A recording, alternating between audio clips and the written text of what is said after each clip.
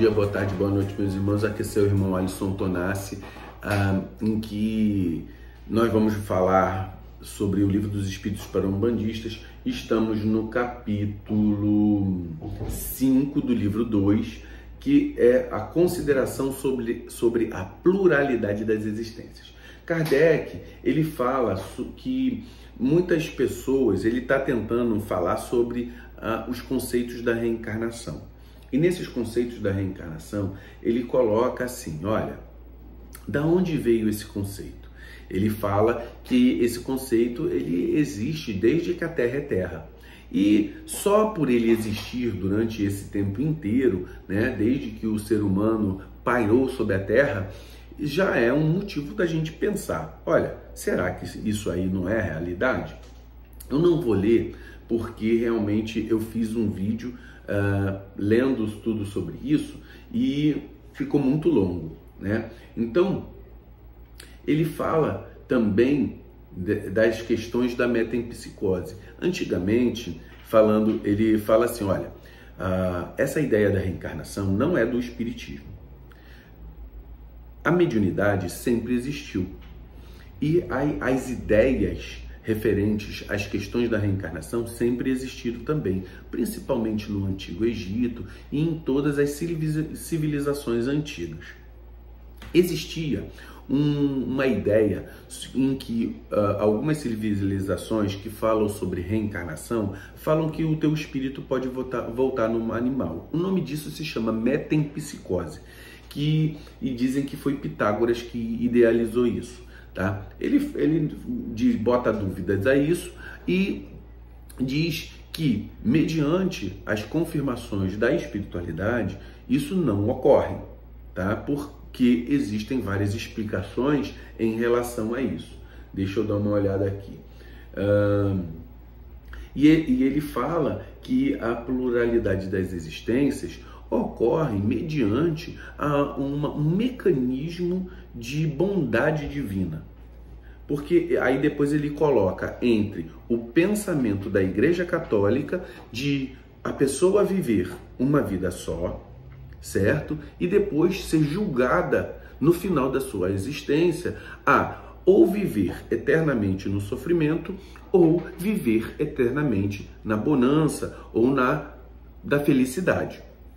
E ele diz o seguinte, como pode Deus ser tão injusto por julgar nós que estamos... Aí ele coloca, poxa, você está num padrão mediano, né? Porque existem pessoas melhores do que você e existem pessoas piores do que você. Nesse padrão mediano, você se julga apto a receber um julgamento de ir para a felicidade eterna? Você acha que as suas atitudes são todas positivas a ponto de você ir para o céu?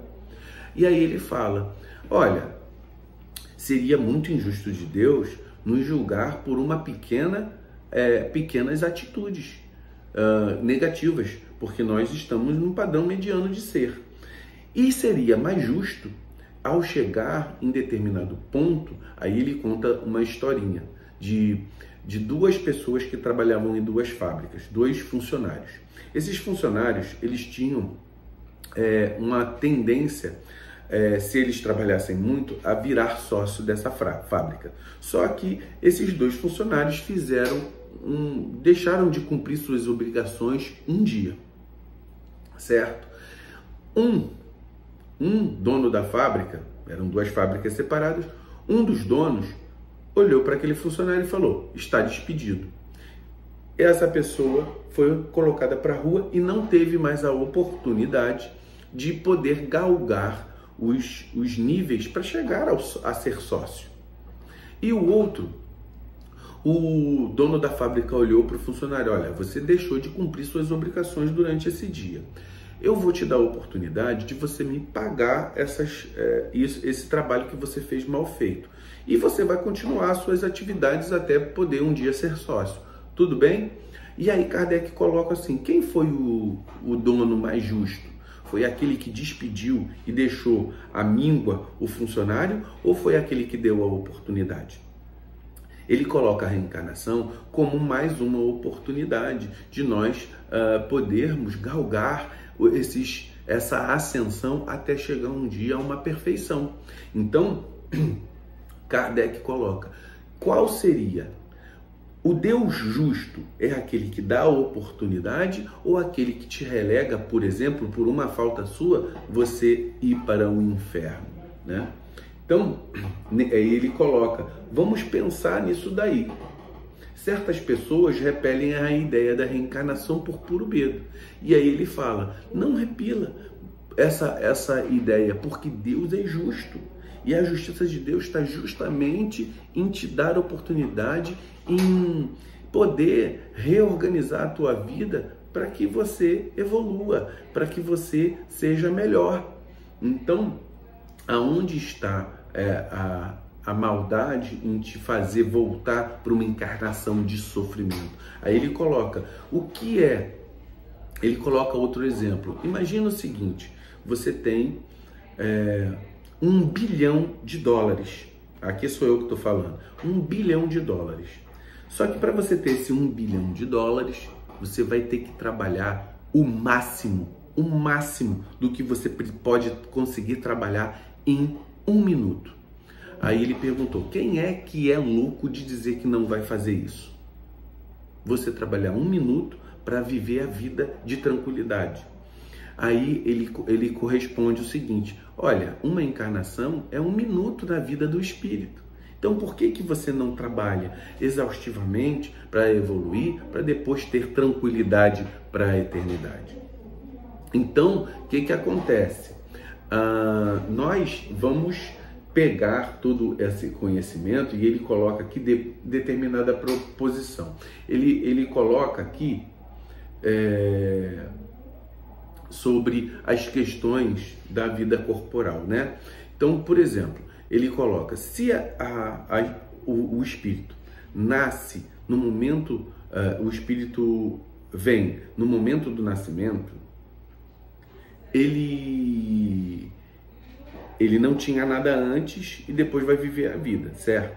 Então, Kardec faz umas perguntas aqui. Primeira, por que a alma revela aptidões tão diversas e independentes das ideias adquiridas pela educação? Então, por que a alma revela aptidões tão diversas e independentes das ideias adquiridas pela educação?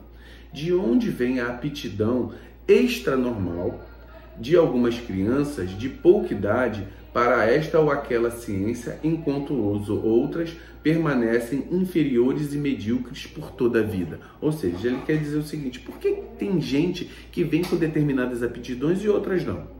Por que tem gente que tem crianças que vêm inteligentes e outras não?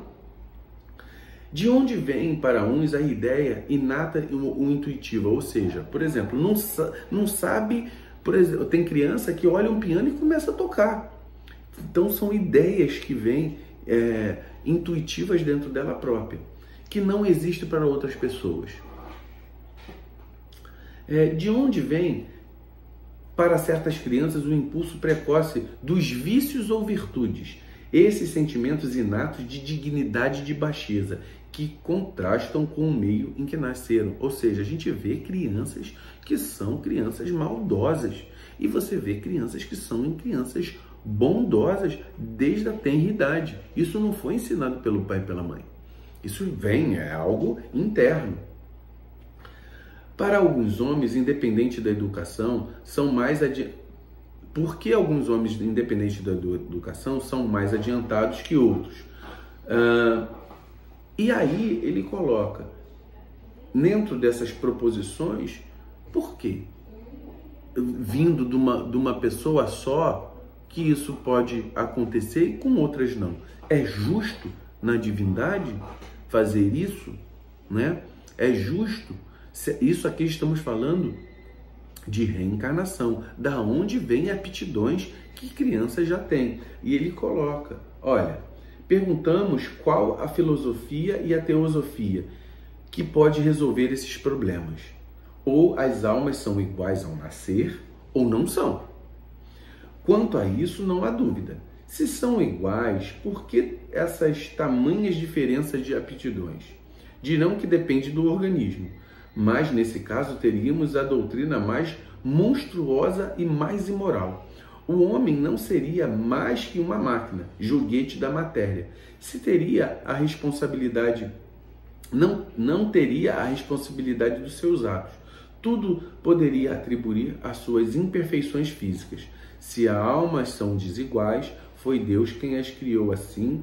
Então, por que essa superioridade inata conferida a alguns? Ou seja, se Deus criou, por que deu para um e não deu para outro? Essa parcialidade estaria conforme a justiça e o amor que dedica por igual a todas as criaturas? Então são coisas que Kardec coloca para a gente poder entender os motivos da reencarnação. Muito axé a todos.